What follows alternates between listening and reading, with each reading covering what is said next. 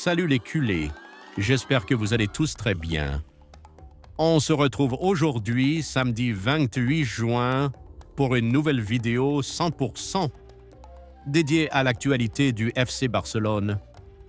Comme d'habitude, ici sur Actu Barça FR, on suit l'actu chaude du club catalan, que ce soit au niveau sportif ou économique ou institutionnel. Et aujourd'hui, croyez-moi, on a énormément de choses à aborder.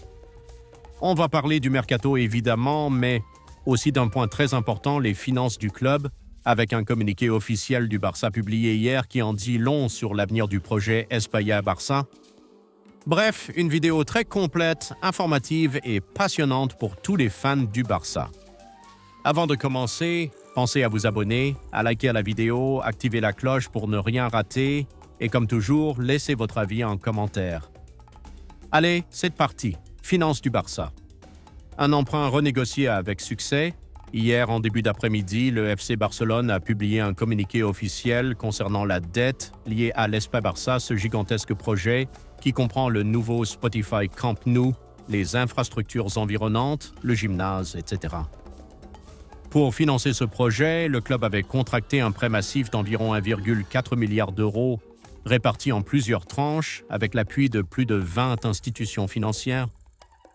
Problème, une partie de ces tranches devait être remboursée dès 2028, alors même que le stade ne sera totalement opérationnel qu'à l'horizon 2027, avec notamment la pose du toit. C'est pour cela que depuis 2023, Édouard Romeu, alors vice-président économique, insistait sur la nécessité de renégocier les conditions du prêt. Bonne nouvelle, cette renégociation a réussi. Le taux d'intérêt initial, qui tournait autour de 6 à 7 %, a été abaissé à 5,19 % en moyenne. Ce changement permet au Barça d'économiser des dizaines de millions d'euros sur les intérêts à long terme. Cependant, il faudra rembourser sur une durée plus longue, probablement jusqu'en 2033 ou 2034, ce qui entraîne plus d'années d'intri, mais des remboursements annuels moins lourds.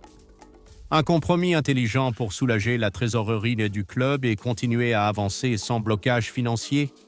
Deuxième mercato. Nico Williams, une arrivée imminente malgré les tensions. Du côté du mercato, le dossier Nico Williams est sur toutes les lèvres. Le Barça compte lever sa clause libératoire dès début juillet. Mais l'Athletic Club ne l'entend pas de cette oreille.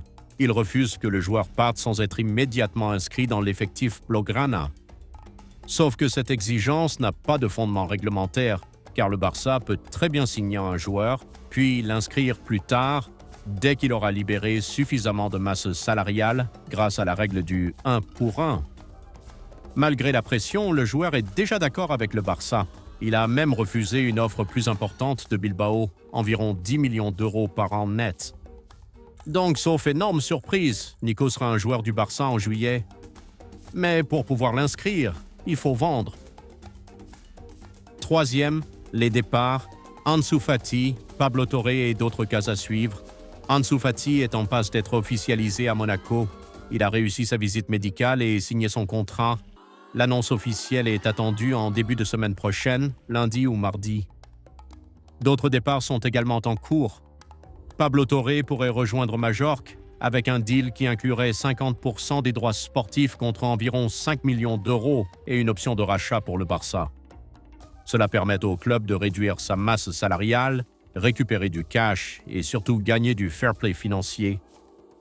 Quatrième objectif comptable repassé dans le vert avant le 30 juin, le club veut terminer l'exercice financier en positif pour corriger le déficit actuel qui s'élève à environ moins 94 millions d'euros.